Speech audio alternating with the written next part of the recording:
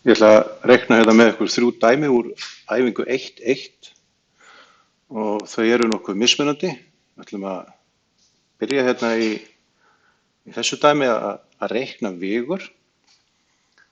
Svo í þessu hérna dæmi ætlum við að finna endapunkt vigus og hérna ætlum við að finna upphafspunkt. Og grunnformúlan fyrir þessa æfingu er þessi hér, en fyrir hinn 2 dæmin þá er ég búinn að snúa formúlunni. Þannig að ég sný henni á þennan hátt hérna fyrir endapunktinn og sný henni á þennan hátt til þess að finna upphafspunktinn. Og ég ætla svona að reyna að útskýra fyrir ykkur hvernig þetta virkar.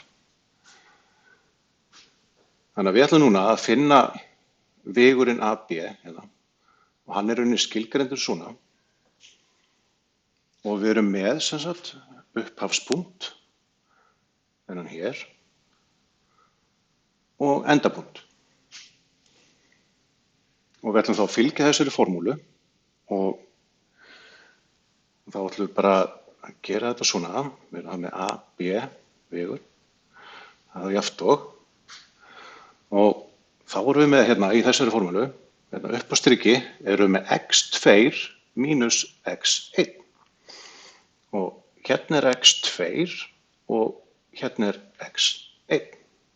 Þannig setjum þessar tölur inn. 3 mínus 1, svona. Og niðri ætlum við þá að hafa y2 mínus y1.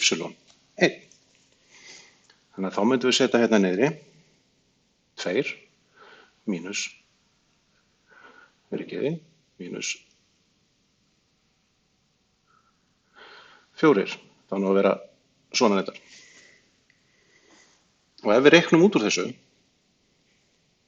þá fáum við 3 mínus 1 er 2 og 2 mínus 4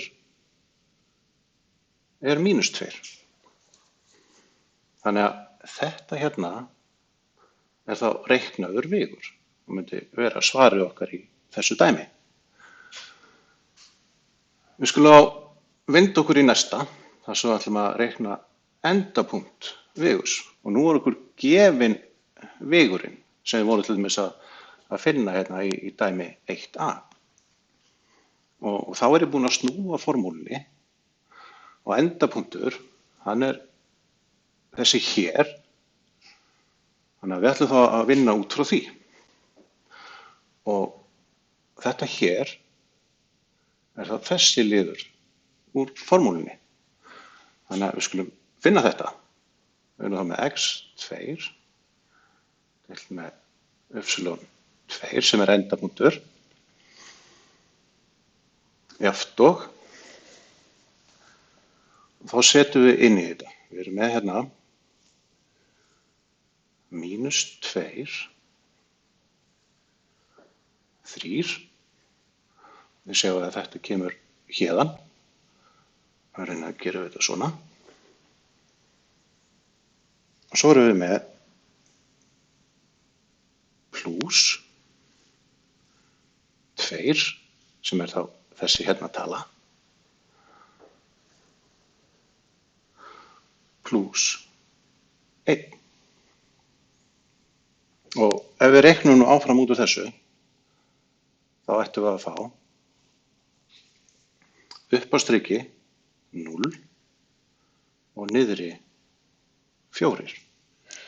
Og það sem við erum að finna endapunkt, þá er þetta x-gildi og þetta er y-gildi og punkturinn væri þá gefinn 0,4 og væri svarið okkar.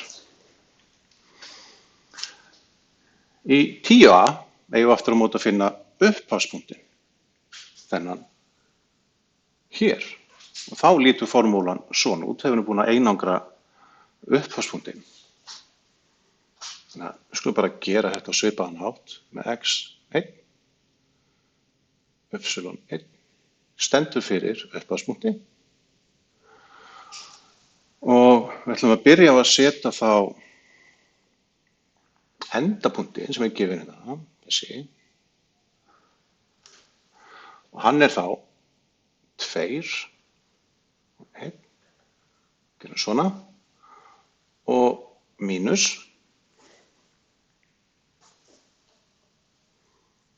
og hérna sjáum við að vera með -2, þannig að við gerum þá -2,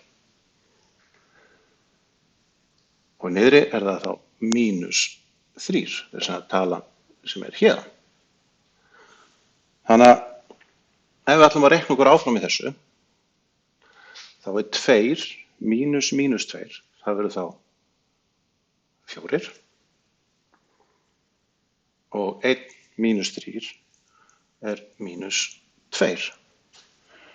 Og það sem við erum að ræða hérna upphafspunkt, þá verður hann skrifaður 4, -2. Þetta er þá loka svarið okkar í þessu dæmi.